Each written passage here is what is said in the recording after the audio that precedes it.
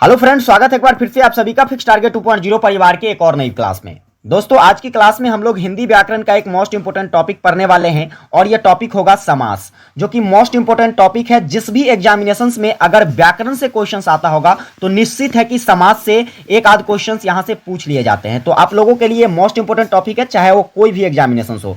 विशेषकर ये वीडियोज बनाने का मकसद ये है कि बिहार बीएड से जितने भी स्टूडेंट अभी इंट्रेंस एग्जामिनेशन की तैयारी कर रहे हैं बिहार बीएड के लिए, उन सभी स्टूडेंट का जिसका एग्जामिनेशन 8 अप्रैल को होने वाला है, उसके लिए विशेष तौर पर वीडियो बना रहा हूं क्योंकि उनका काफी ज्यादा कमेंट था। तो चलिए भाई, हम लोग क्लास को शुरू करेंगे। इससे पहले दोस्तों, आप फटाफट से इसको क्या करिए, शेयर कर दीजिए। लाइक नहीं किए हैं तो लाइक करके अपना हाजिरी बना लीजिए और ट्रिक के माध्यम से पढ़ेंगे ताकि दोस्तों आपका जितना भी क्वेश्चंस आपके पेपर में आए, एक भी क्वेश्चंस आप गलती ना कर सको। चलिए हम लोग चलते हैं, सबसे पहले जानते हैं समास के बारे में। समास क्या होता है? देखिए, समास जो होता है यह दो सार्थक शब्दों कहिए या फिर दो सार्थक पदों का मेल होता है। किसका मेल होता है? शब्दों का या फिर पदों का मेल होता है। समझ गए? इसी से रिलेटेड एक टॉपिक है, वह है संधि। क्या है मेरे भाई? संधि है। और संधि में क्या होता है? तो संधि में दो वर्णों का मेल होता है या दो अक्षरों का मेल होता है। ठीक है, लेकिन यहां पर हमें पढ़ना क्या है? समास पढ़ना है। तो आइए हम विशेष समास पर चर्चा करते हैं। तो समास जो है किसको कहेंगे? दो या अधिक पदों के, दो या अधिक सार्थक पदों के मिलने से जो विकार उत्पन्न होता है वह क्या कहलाता है? तो समास कहलाता है। जैसे मेरे भाई देखिए क्या है, राजा का पुत्र, राजा का पुत्र। यहां पर दो पद क्या है? एक पद है राजा और एक पद है पुत्र। इस दोनों का मेल हो जाता है और बन जाता है राजपुत्र। क्या बन जाता है? राजपुत्र बन जाता है। यही क्रिया क्या कहलाती है भाई? समास कहलाती है। अब आगे बात कर लेते हैं समास के भेद के बारे में, समास के प्रकार के बारे में। तो समास के प्रकार को हम लोग एक ट्रिक के माध्यम से याद रखेंगे, दादा अब तक। क्या ट्रिक है भाई? दादा अब तक। देखिए यहां से द से क्या हो जाता है? एक द से आप याद रखोगे द्वंद्व समास। क्या याद रखोगे? द्वंद्व समास। एक द से याद रखोगे द्विगु समास, अ से याद रखोगे अव्ययीभाव समास, ब से याद रखोगे बहुव्रीहि समास, त से याद रखोगे तत्पुरुष समास, क से याद रखोगे कर्मधारय समास। यानी कि आपसे एग्जाम में अगर पूछ लिया जाए कि समास के कुल कितने भेद होते हैं, तो मेरे भाई ध्यान रखना, समास के कुल 6 भेद होते हैं। कितने भेद होते हैं? 6 भेद होते हैं। 6 का नाम मैंने आपको बता दिया। पहले बताया अव्ययीभाव समास, फिर तत्पुरुष समास, फिर कर्मधारय समास, फिर बहुव्रीहि समास, द्वंद्व समास और द्विगु समास। बारी बारी से हम लोग इसको पढ़ेंगे और सभी के पहचानने की ट्रिक आपको बताएंगे। ठीक है, बहुत सिंपल सा ट्रिक मैं आपको बताने वाला हूं ताकि एक भी क्वेश्चन आपका गलती ना हो सके। सबसे पहले हम लोग बात करते हैं अव्ययीभाव समास की। देखिए अव्ययीभाव समास को हम लोग देखते ही कैसे पहचान जाएंगे। तो अव्ययीभाव समास के लिए एक सुंदर सा शानदार सा ट्रिक है। देखिए सबसे पहला नंबर पर मैं पढ़ा रहा हूं आपको, इसीलिए आपको याद रखना है कि अव्ययीभाव समास में जो भी सामासिक पद आपके सामने दिए होंगे उसमें आपको ध्यान रखना है ये पहला नंबर पर है, यानी कि इसका प्रथम पद क्या होगा? प्रधान होगा। प्रथम पद प्रधान कहने का क्या मतलब हुआ? प्रथम पद प्रधान कहने का मतलब ये कि इसका जो पहला पद होगा मेरे भाई, या तो वह उपसर्ग होगा। क्या होगा? पहला पद उपसर्ग। उपसर्ग जानते हो कि नहीं जानते हो? उपसर्ग किसको कहा जाता है? टॉपिक पढ़ाएंगे आपको, उपसर्ग और प्रत्यय। क्या पढ़ाएंगे? उपसर्ग और प्रत्यय। इसकी भी क्लासेस आएगी, आप लोग उसको जरूर पढ़ लीजिएगा। पहले हम लोग यहां पर जान लेते हैं उपसर्ग होता क्या है। तो उपसर्ग जो है मेरे भाई, यह किसी शब्द के पहले में लगता है। ठीक है, किसी शब्द के पहले में लगकर उसके अर्थ में परिवर्तन ला देता है, वह क्या कहलाता है? उपसर्ग कहलाता है।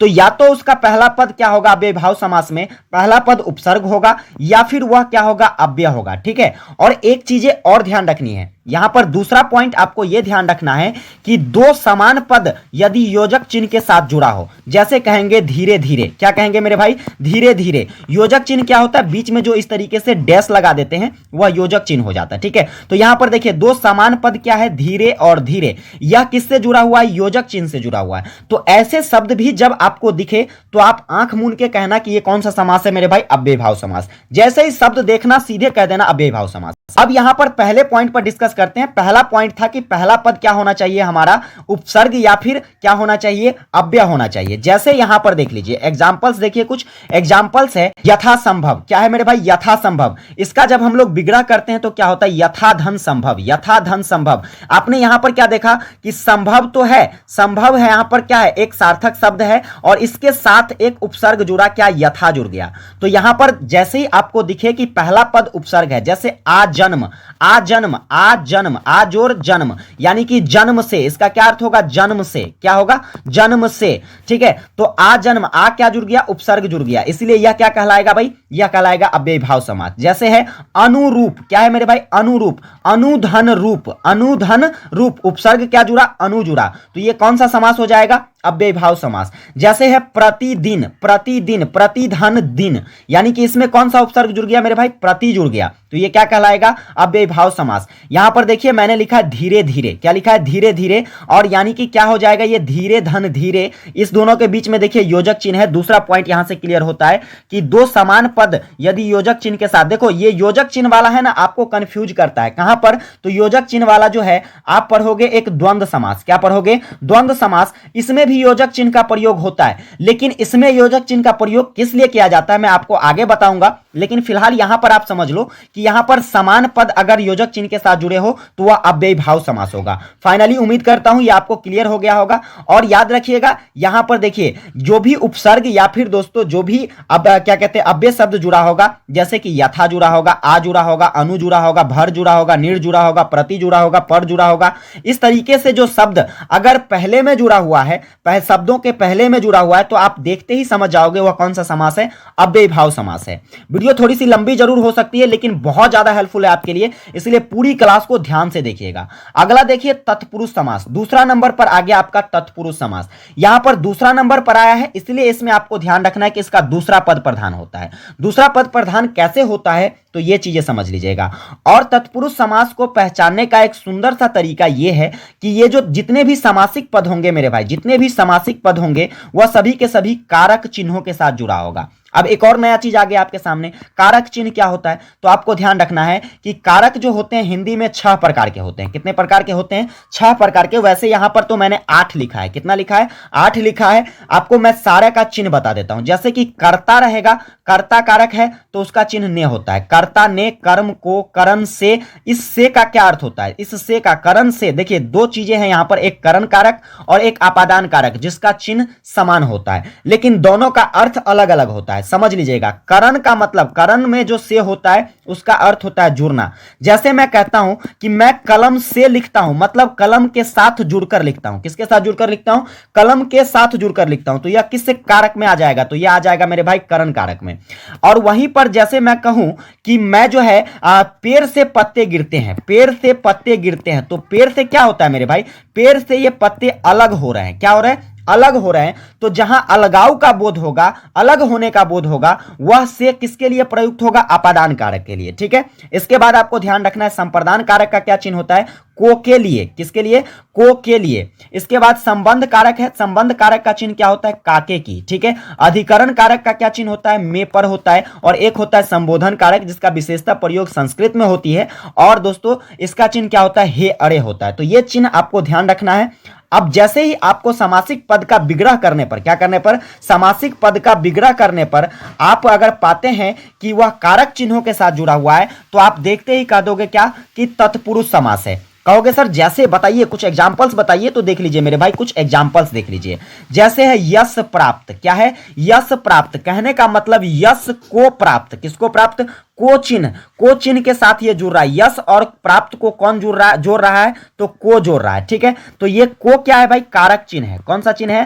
कारक चिन्ह है। इसीलिए यह कौन सा समास हो जाएगा? तत्पुरुष समास। जैसे मन चाहा, यानी कि मन से चाहा। मन चाहा कहने का मतलब मन से चाहा, उसी को कहते हैं हम लोग मन चाहा। तो मन चाहा में कौन सा समास हो जाएगा? तत्पुरुष समास। जैसे यज्ञशाला, यज्ञ के लिए शाला, यज्ञ करने के लिए जो घर होता है उसे यज्ञशाला कहते हैं। तो यज्ञ के लिए क्या है? कारक चिन्ह है। तो यह कौन सा समास हो जाएगा? तत्पुरुष समास। जैसे राजपुत्र, तो राजा का पुत्र, पुत्र किसका है मेरे भाई? राजा का है। ठीक है, तो संबंध बता रहा है, संबंध बता रहा है, तो यानी कि ये कौन सा समास हो जाएगा? तत्पुरुष समास। देखिए अब आपको कभी कभी कंफ्यूज करने के लिए आपको एग्जामिनेशंस में तत्पुरुष समास की बजाय इसके क्या कहते हैं कारकों के नाम के साथ जोड़कर क्या कर दिया जाता है, आपसे ऑप्शंस में पूछ लिया जाता है। जैसे यहां पर देखिए राजपुत्र लिखा हुआ है। ठीक है, राजपुत्र लिखा हुआ है, तो आपसे पूछ लिया जाए कि इसमें कौन सा तत्पुरुष समास है। चलिए आप कमेंट करके बताइए राजपुत्र में कौन सा तत्पुरुष समास है। फिर यहां पर देखिए जैसे है यश को प्राप्त, यश को प्राप्त। तो आपको बताना है कि भाई इसमें कौन सा तत्पुरुष समास है, इसमें कौन सा तत्पुरुष समास है। अब यहां पर देखिए मन चाहा, मन से चाहा, यानी कि मन को जोड़कर मैंने चाहा, से चिन्ह दो चीजों में आता है, दो कारक में आता है। पहला तो आपका आ जाता है करण कारक में, ठीक है, दूसरा आ जाता है आपका अपादान कारक में। बताइए अपादान तत्पुरुष होगा या करण तत्पुरुष होगा। तो यहां पर देखिए मन से चाहा मतलब मन को जोड़ के चाह रहा है, तो मेरे भाई क्या हो जाएगा, मन चाहा जो है ये आपका करण क्या हो जाएगा, करण तत्पुरुष समास हो जाएगा। इस तरीके से आपके एग्जाम में क्वेश्चंस आती है। तो आप कारक चिन्ह को यहां से याद कर लोगे, तो जैसे ही आप उसका विग्रह करोगे, क्या करोगे, समासिक पद का विग्रह करोगे, और विग्रह के उपरांत जो भी चिन्ह यहां पर आपको देखने को मिले उसके अकॉर्डिंग आप कह सकते हो कि यह वह तत्पुरुष समास है। समझ में आ गई बात। चलिए बात करते हैं आगे। अगला है कर्मधारय समास। यह बहुत ही इंपॉर्टेंट समास है और इसमें बहुत सारे स्टूडेंट फंसते हैं, लेकिन आपको नहीं फंसना है मेरे भाई। देखिए कर्मधारय समास में सबसे पहला तो आपको ध्यान रखना है कि इसका पहला पद जो होगा वह विशेषण पद होगा। क्या होगा, पहला पद विशेषण होगा, और इसका दूसरा पद विशेष से होगा। क्या होगा मेरे भाई, दूसरा पद जो होगा यह विशेष से होगा। विशेष से किसको कहते हैं, तो वैसा पद जिसकी विशेषता बतलाई जाती है विशेष से कहलाता है। जैसे मान लीजिए मैंने एक एग्जांपल वैसे कहता हूं कि मेरी शर्ट क्या है, लाल है। मेरी शर्ट जो है, मेरी शर्ट लाल है। समझ में आ रही है बात, मेरी शर्ट लाल है, तो शर्ट क्या है, लाल रंग का है, तो विशेषता बतला रहा है कि लाल रंग का है। लेकिन विशेषता किसकी बतलाई जा रही है, शर्ट की बतलाई जा रही है। तो शर्ट क्या हो जाएगा भाई, शर्ट विशेष से हो जाएगा, लाल जो है यह विशेषण हो जाएगा। तो अर्थात आपको समझ में आ गया होगा कि पहला पद जो है यह विशेषण होगा, विशेषण क्या होता है, और दूसरा पद जो है विशेष से होगा, यह विशेष से क्या होता है।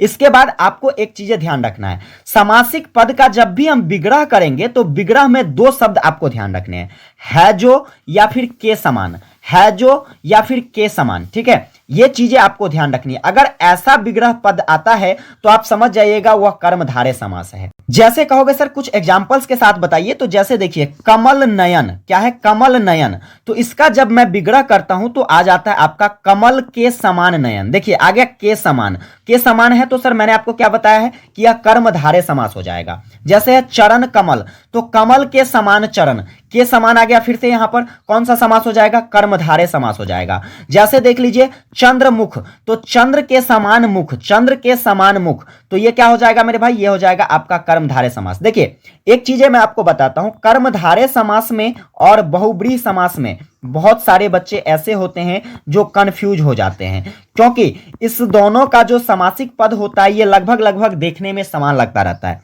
वैसे कंडीशन में आप गलती कर जाते हो। ठीक है, जैसे मान लीजिए यहां पर क्या है, यहां पर मैंने लिख दिया नीलकंठ, क्या लिख दिया भाई, नीलकंठ, तो आपको ऐसा लगेगा कि कंठ कैसा है भाई, नील है, नीला है, कंठ कैसा है, कंठ जो है नीले समान है।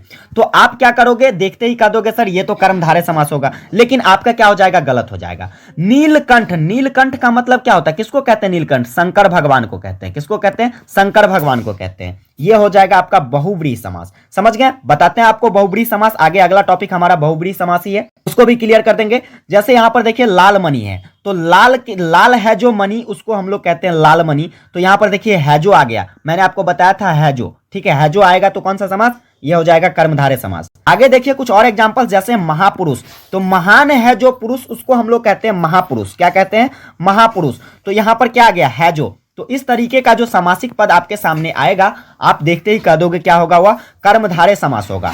चलिए विशेष बात करते हैं अगले टॉपिक पर। अगला टॉपिक है आपका बहुब्रीहि समास, जो कि सबसे डिफिकल्ट समास है और एग्जाम में इस टॉपिक से ही ज्यादातर क्वेश्चंस आते हैं। आपको ध्यान रखना है बहुब्रीहि समास किसको कहते हैं। ठीक है, तो बहुब्रीहि समास में क्या होता है कि दोनों पद जो है, जो भी दो पद विग्रह करने के बाद आएंगे वह अपना अर्थ छोड़ देता है और वह जो है वह कोई तीसरा अर्थ पकड़ लेता है, यानी कि इसमें तीसरा पद प्रधान होता है। दोनों पद जो है इसका समासिक पद का ये प्रधान नहीं होता है, कोई अलग पद इसकी प्रधानता ले लेता है।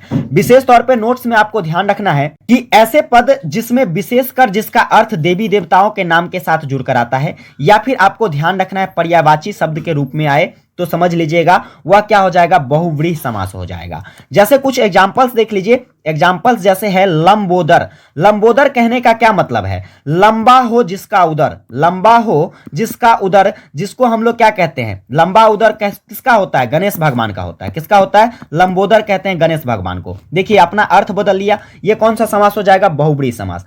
अब देखिए जैसे है दशानन, क्या है मेरे भाई, दशानन है। तो कहने का मतलब यहां पर आप सीधे सीधे कहोगे 10 है जिसके आनन, 10 है जिसके आनन, यानी कि आनन का मतलब होता है मुंह। तो आप कहोगे जा इसका तो कोई अर्थ ही नहीं बदल रहा है। भाई बदल रहा है ना, देखिए 10 आनन किसको कहते हैं भाई, रावण को कहते हैं। किसको कहते हैं, रावण को कहते हैं 10 आनन। इसीलिए क्या हो जाएगा ये बहुब्रीहि समास। ऐसा गलती मत करना कि कर्मधारय मार के आ जाना। जैसे देखिए यहां पर कुछ और एग्जांपल्स देख लीजिए। अगला है घन श्याम, घन के समान, ठीक है, घन के श्याम, सॉरी घन के समान जो श्याम है कौन सा है भाई, कृष्ण भगवान। किसको कहते हैं घनश्याम, कृष्ण को कहते हैं घनश्याम। जैसे है गंगाधर, गंगाधर, गंगा है जिसके धड़ पर, यानी कि गंगा है जिसके सिर पर, तो वह कौन है भाई, गंगा है जिसके सिर पर, यानी कि शिव भगवान। कौन भगवान, शंकर भगवान। समझ गए। जैसे मृत्युंजय, मृत्यु को जीतने वाला, मृत्यु को जीतने वाला कौन भगवान है भाई, शंकर भगवान है। तो इस तरीके का जब भी शब्द आए, आपने क्या देखा कि यहां पर विशेषता भगवान के, किसके, भगवान के नाम आ रहे हैं कि नहीं। तो इस तरीके के जब भी शब्द आपके सामने आए, आप सीधा समझ जाना है वो समास कौन सा समास हो जाएगा भाई,